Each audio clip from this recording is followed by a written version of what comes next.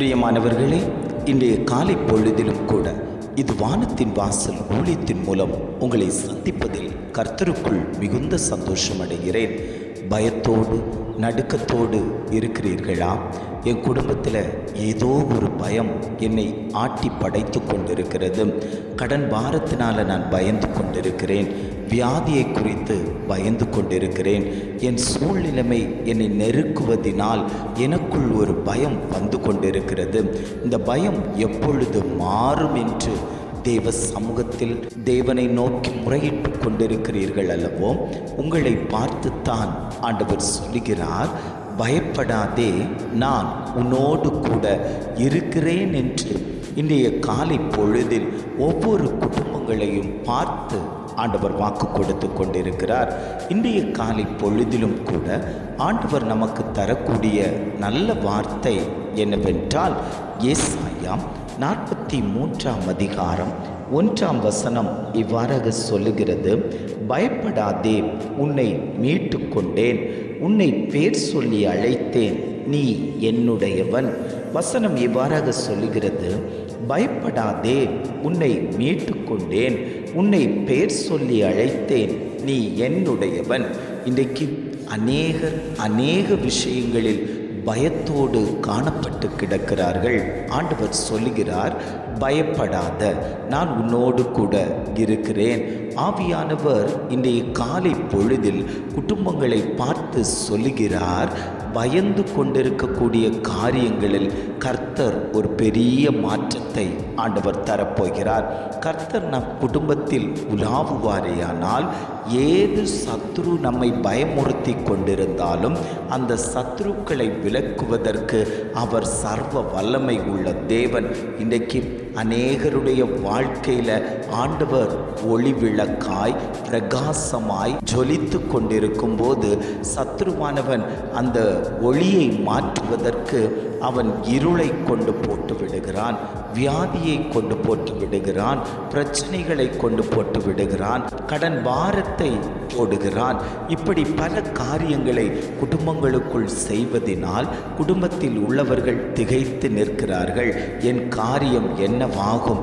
என்னை பயமுறுத்தக்கூடிய இந்த பிரச்சனையினால் நான் நடுங்கி ஒதுங்கி இருக்கிறேனே, என் வாழ்க்கையில் ஒரு முன்னேற்றம் வராதா? என் வாழ்க்கையில் ஒரு மேன்மை வராதா? என் வாழ்க்கையில் ஒரு வளர்ச்சி வராதா? நான் எதிர்பார்த்து கொண்டிருக்கக்கூடிய காரியமெல்லாம் தோற்று போனது போல் இருக்கிறதே, என் வாழ்வு எப்பொழுது மேன்மை பெறும் என்று அநேகர் கண்ணீரோடு தேவ சமூகத்தை நோக்கி பார்த்து கொண்டிருக்கிறீர்கள் அல்லவோ? ஆண்டவர் சொல்லுகிறார், பயப்படாத, அந்த இருளிலிருந்து நான் உன்னை மீட்டு எடுத்திருக்கிறேன், அந்த சத்ருவினிடத்தில் இருந்து நான் உன்னை மீட்டு எடுத்திருக்கிறேன். கர்த்தர் ஒரு மனுஷனை மீட்டு எடுப்பாரேயானால் அந்த மனுஷன் ரட்சிப்புக்குள் கடந்து வருவான். அந்த மனுஷனுடைய வாழ்க்கையில் ஒரு ஒளி வீசப்படும். அந்த மனுஷனுடைய வாழ்க்கை பிரகாசமாய் மாற்றப்படும். அந்த மனுஷனை எந்த தீங்கும் அணுகாதபடிக்கு கர்த்தர் வேலியடைத்து பாதுகாத்து கொள்வார். சவுல் என்கிற பவுலை கர்த்தர் தெரிந்தெடுத்தார். தமஸ்குவுக்கு போகிற வழியில் கர்த்தர் அவனை சந்தித்து, நீ என் ஊழியத்தை செய்ய வேண்டும் என்று சொல்லி அவனிடத்தில் பொறுப்பை கொடுத்த போது அந்த பொறுப்பை ஏற்று அவன் சிறந்த முறையில் அவருக்காக ஓட ஆரம்பித்தான். அப்பேற்பட்ட பவுலை கொண்டு பெரிய காரியங்களை செய்த தகப்பன் இன்றைக்கு உங்களை பார்த்து சொல்லுகிறார், நீ என்னுடையவன், நீ என்னுடையவள் என்று அவர் ஆசையாய் சொல்லி இருக்கிறார் அல்லவோ? உன்னை பேர் சொல்லி அழைத்திருக்கிறார் அல்லவோ? அந்த தெய்வம் உன் கரத்தில் கொடுக்கக்கூடிய பொறுப்புகளை நேர்மையுடனும் உண்மையுடனும் உத்தமத்துடனும் நீ அதை செய்து முடிக்கும் போது கர்த்தர் உன் வாழ்க்கையில் ஒரு பெரிய காரியங்களை செய்வார்.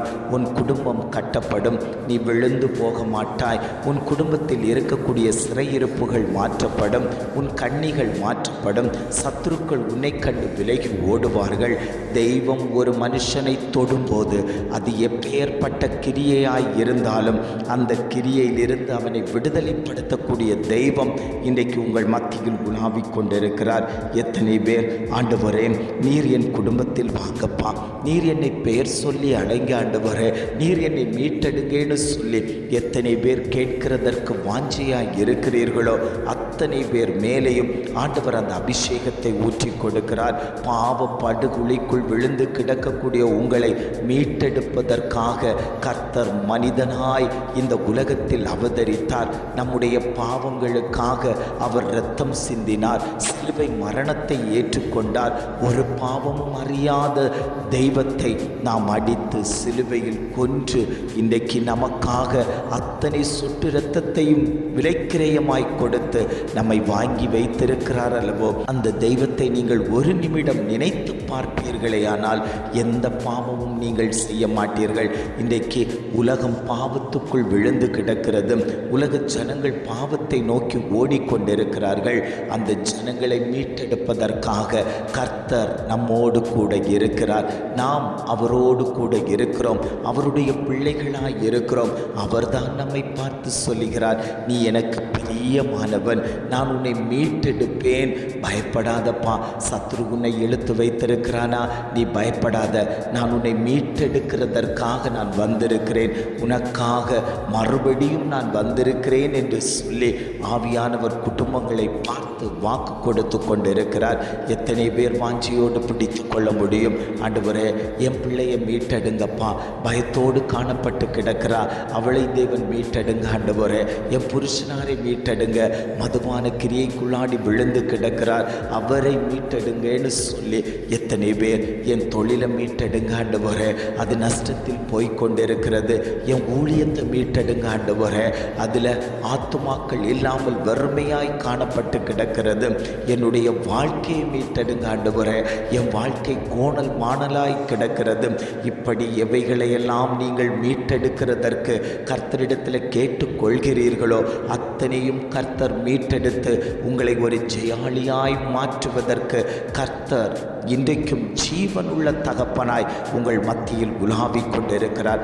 அந்த தெய்வந்தான் சொல்லுகிறார், நீ எதை குறித்தும் பயப்படாத, நான் உன்னோடு கூட இருக்கிறேன், உன்னை மீட்டெடுக்கக்கூடிய தகப்பன் நான் உன்னோடு கூட இருக்கிறேன், நீ என்னுடையவள், நீ என்னுடையவன் என்று பெயர் சொல்லி அழைத்த தகப்பன் இன்றைக்கு நான் உன்னோடு கூட இருக்கிறேன் மகனே, இன்றைக்கு நான் உன்னோடு கூட இருக்கிறேன் மகளே, நீ பயப்பட வேண்டாம், ஏது காரியத்தை குறித்தும் நீ பயப்படவே வேண்டாம் என்று இன்றைய காலை பொழுதில் ஒவ்வொரு குடும்பங்களையும் பார்த்து ஆண்டவர் வாக்கு கொடுத்து கொண்டிருக்கிறார்.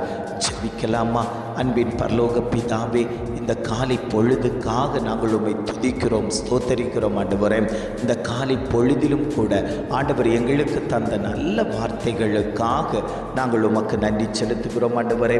பயப்படாதே, உன்னை மீட்டு கொண்டேன், உன்னை பேர் சொல்லி அழைத்தேன், நீ என்னுடையவன் என்று அழகான ஒரு வார்த்தை எங்களுக்கு தந்தீங்க ஆண்டவரே.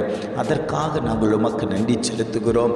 எங்கள் பயத்தை மாற்றுகிற தேவன், எங்களை மீட்டெடுக்கக்கூடிய தெய்வம், எங்களை பேர் சொல்லி அழைக்கக்கூடிய தெய்வம் இன்றைக்கு எங்கள் மத்தியில் உலாவிக் கொண்டிருக்கிறதற்காக நாங்கள் உமக்கு நன்றி செலுத்துகிறோம் ஆண்டவரே. இம்மட்டுமாய் நடத்தினவர் நீரல்லவோ ஆண்டவரே, இம்மட்டுமாய் எங்களை பலப்படுத்தினவர் நீரல்லவோ ஆண்டவரே. இனியும் நீர் எங்களை பலப்படுத்தும்படியாய், இனியும் நீர் எங்களை திடப்படுத்தும்படியாய், தேவக்கரம் எங்களோடு கூட இருக்கும்படியாய் நாங்கள் ஜெபிக்கிறோம் ஆண்டவரே. இதை கேட்டுக்கொண்டிருக்கக்கூடிய ஒவ்வொரு குடும்பத்தின் மேலேயும் தேவ பிரசன்னம் வெளிப்படும்படியாய் நாங்கள் ஜெபிக்கிறோம். எங்களை தாழ்த்தி தருகிறோம். துதி கன மகிமை எல்லாம் உமக்கே செலுத்துகிறோம். மீட்பர் இயேசுவின் மூலம் ஜெபிக்கிறோம் ஜீவனுள்ள நல்ல பிதாவே. ஆமேன், ஆமேன்.